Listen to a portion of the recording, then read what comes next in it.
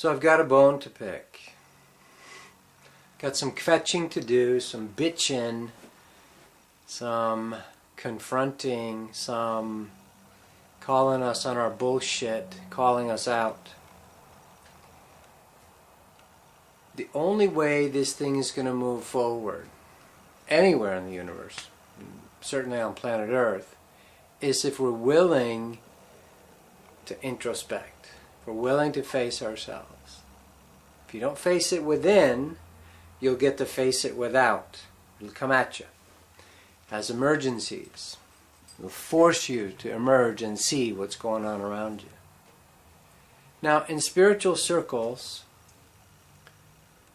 the mind has a tendency, we have a tendency, as soon as we get a little bit of energy going, we will avoid, like the plague, having to do the inner work or look at ourselves or actually continue with the healing. This is why so many masters have so many followers that don't do shit. They don't do bupkis. They don't do the inner work.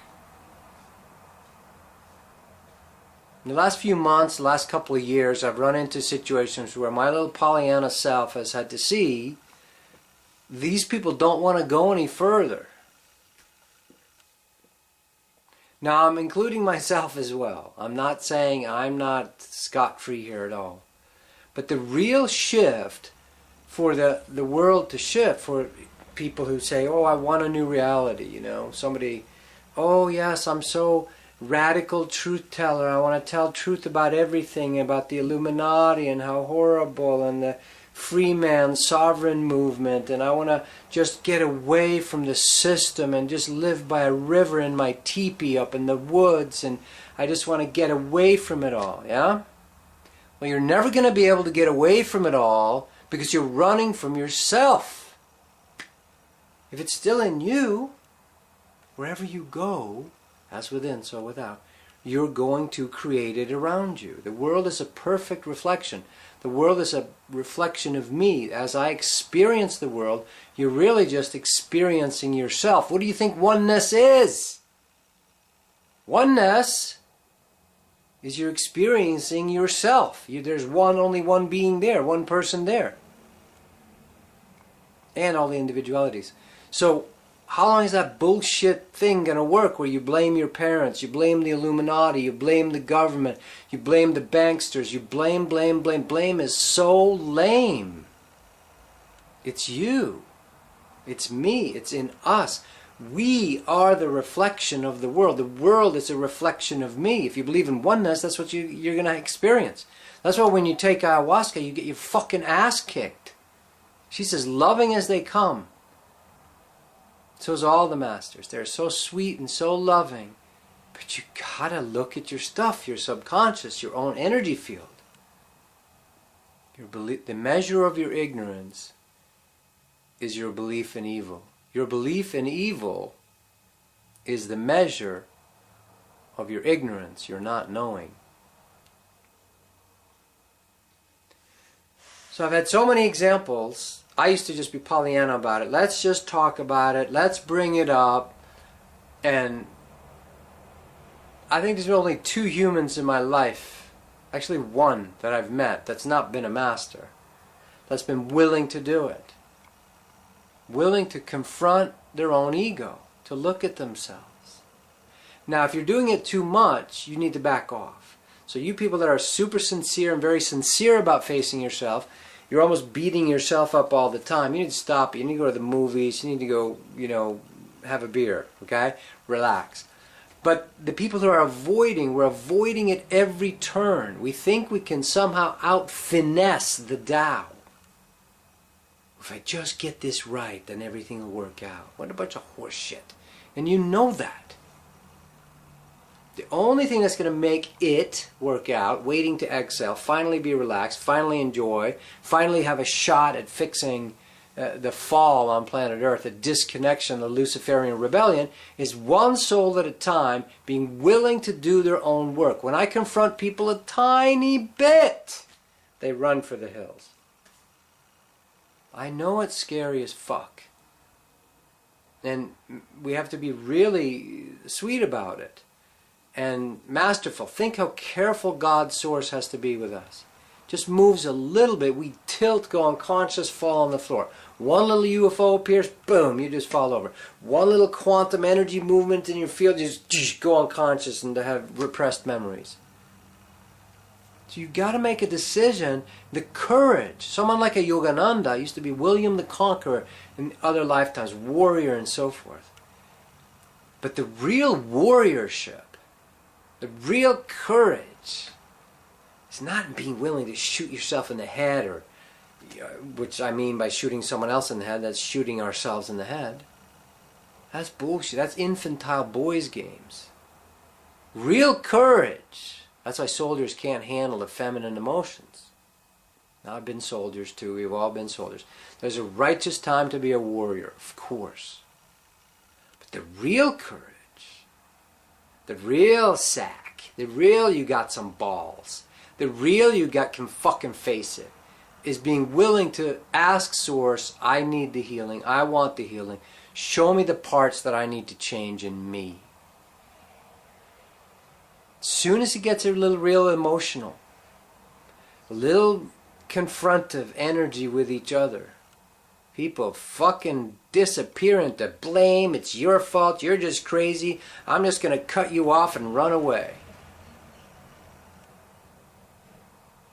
There's a right time for that. For me, I had to learn in the last 2 years, several situations where God says, no, Tobias, instead of you wanting to clean everything up and fix everything with everybody, you need to live and let go. Let people go. I understand that. But be concerned. This morning, in the last few weeks, there's something going on in my neck, some big energy. Now I can keep running and doing sessions and working with people and helping others, and I get a buzz from that. God jumps in my body, helps people. Yup, I could avoid my personal shit. But it catches up with you. Whether you're the drummer in Led Zeppelin or whatever, it doesn't matter. The energy is the trump card. Kurt Cobain doesn't deal. You got to deal with the pain in your stomach, in your solar plexus. So real courage, when it gets nitty gritty, bring your open heart to the other person or the people you're dealing with. Now they may not always be able to work with you.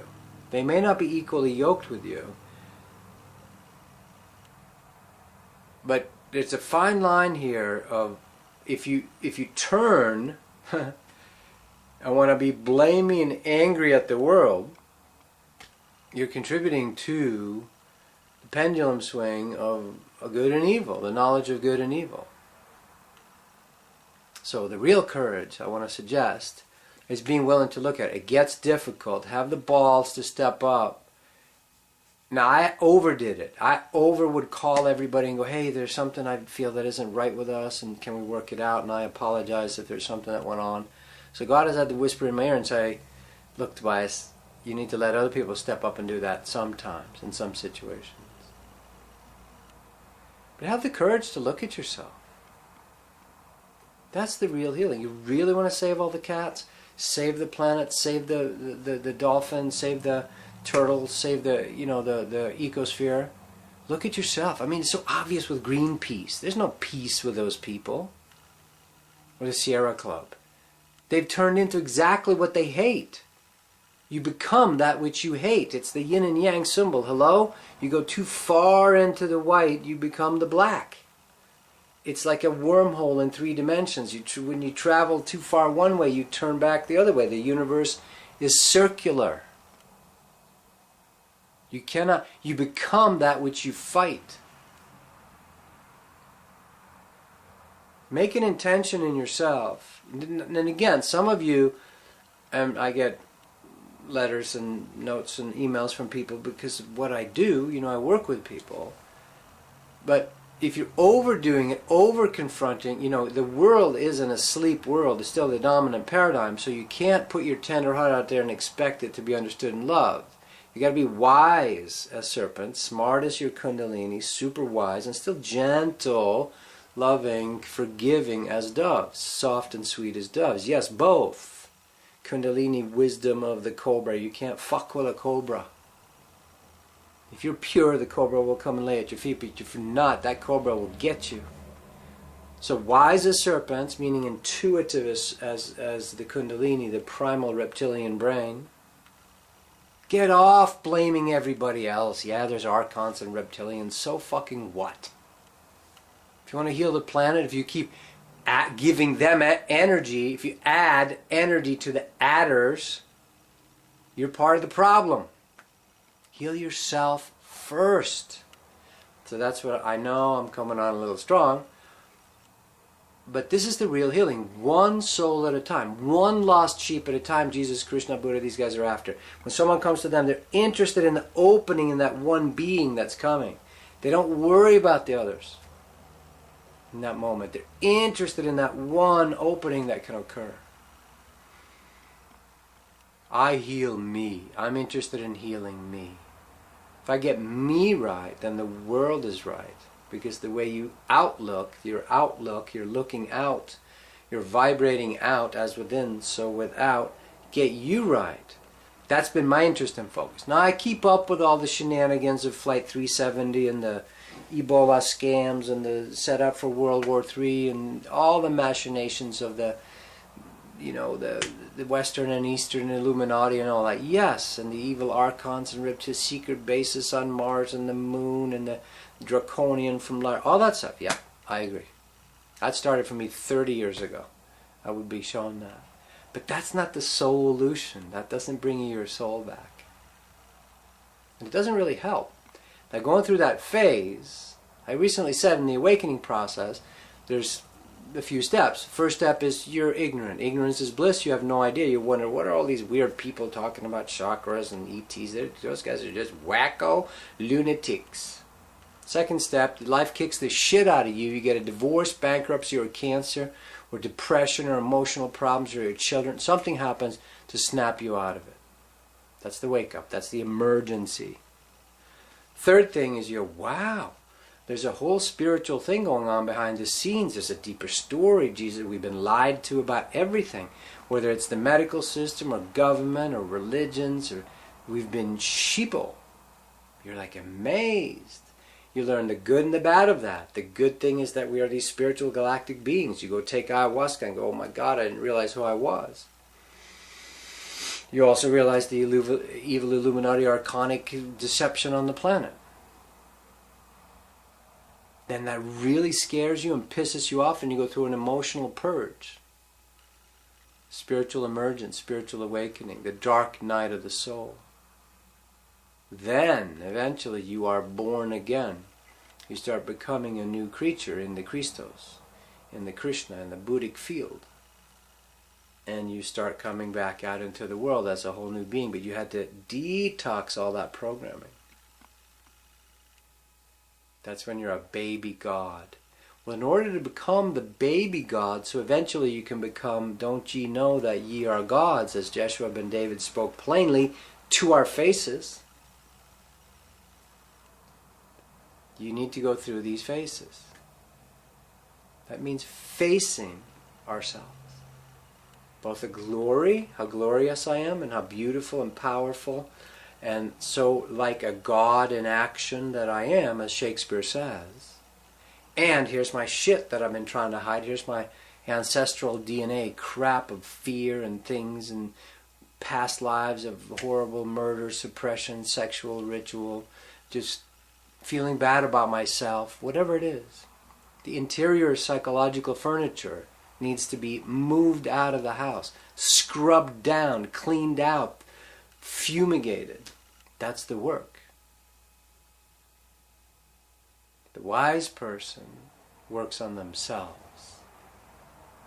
It doesn't try to fix other selves, except secondarily.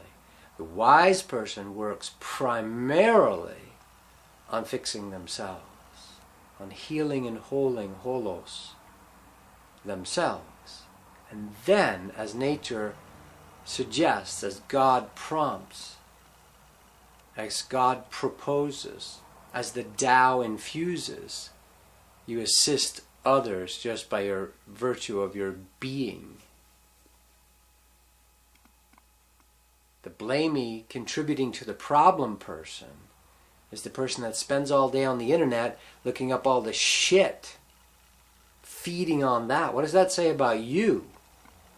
When you're feeding on all the drama, there's no difference than people watching soap operas that you think you're so superior to. Ooh, look at this, the fight. Now, you can research stuff like that with a neutral space and a holding space. God sees all of it. Source, the Tao, sees all of it. But with a neutral space, an allowing space for self-experimentation and free will, not participating in the polarity game of judgment. If you're doing that, thinking you're superior, so you haven't dealt with your own anger at your mom and dad or whatever you're angry at. That's what needs to be dealt with. The reason there is a global war on terror is because you haven't dealt with your own terror inside yourself. The collective of millions of people walking around having suppressed their own little terror goes into giant armies and billions of dollars and little children being killed in Iraq and Syria. You are a direct contributor to that because there's a morphic field called humanity, the human mandala. People have near-death experiences. They'll experience the human mandala where we are all little rays, little cells of the Christos, the Logos. There's other planets here, like from Venus, there's been the raw material is a collective that ascended together. This is true. But you will never be part of one of those ascensions unless you clean yourself up. The wise person cleans themselves up first, then secondarily helps others, and as an information temperature taking, watches CNN, Fox News, all the fear porn on the internet about the Illuminati, chemtrails, etc., and all that stuff. Now all that needs to be exposed. I agree. If your job is to expose that, we were just watching the chemtrails today. Yes, of course. All that. Secret black ops programs, 9/11, etc. All of it. All the way down to the secret satanic archonic rituals that go on. Stealing the baby essence of innocence. Absolutely. That needs to be exposed if it's your job. But if you're just feeding on it without being present and conscious and aware, it's not very helpful. Notice your personal reaction to it when you hear it. I'm triggered. That's the rage. It comes down to rage and terror. Fear and rage. Terror and rage. Terror and rage, which is the grief and the sadness, right, as well, right? That's the bottom of the barrel. The terror, existential terror, and rage is a reactionary rage. If you heal that in yourself, you'll be doing so much more to heal the planet than if you start the giant move on, this, that, and the other, let's expose the bastards in Washington and all that. It doesn't do anything because you're just playing with the pendulum back and forth. One healed soul, one Buddha, one baby Buddha is worth more than millions of people marching in the streets with placards. The wise person heals themselves. Not only because it's the most effective thing to do, you'll also be enjoying yourself more. You'll be able to feel the breeze of nature on your skin and have little just energy, bliss through your body. Sex and food and everything will turn better. I heal myself first. And while I'm doing communion or community with other people. Have the courage like a Yogananda who walks away from being worldly power to I'm going to face the demons inside me. That's real courage. I'm going to clean up my house. That's real courage. Instead of the easy, lazy way of just, ooh, yeah, I'll just project it out there and look at them, what they're doing. Ho'oponopono, self-introspection. This is what I'm interested in. The 3 methods that Spirit showed me, the inner body awakening. Get real with your energies. Get grounded. Don't live in some fantasy land of conspiracy theory land or spiritual theory land or materialism theory land or atheism, scientism. Don't get caught in a theory land. Get real. Feel your own inner energy. Then remind yourself with the alchemy process, I'm a master of energy. I'm a creator and dissolver of energies. and then include the heart. About 8 years ago, Spirit showed me the torus field of the heart, so that we have a loving creation that we're giving birth to, and not a power and control creation. Alright, I hope I publish this, or I hope it's received well, and that it makes sense. Much love, actually. It's your best friends that tell you the truth, that have the courage and the balls to call you on your shit.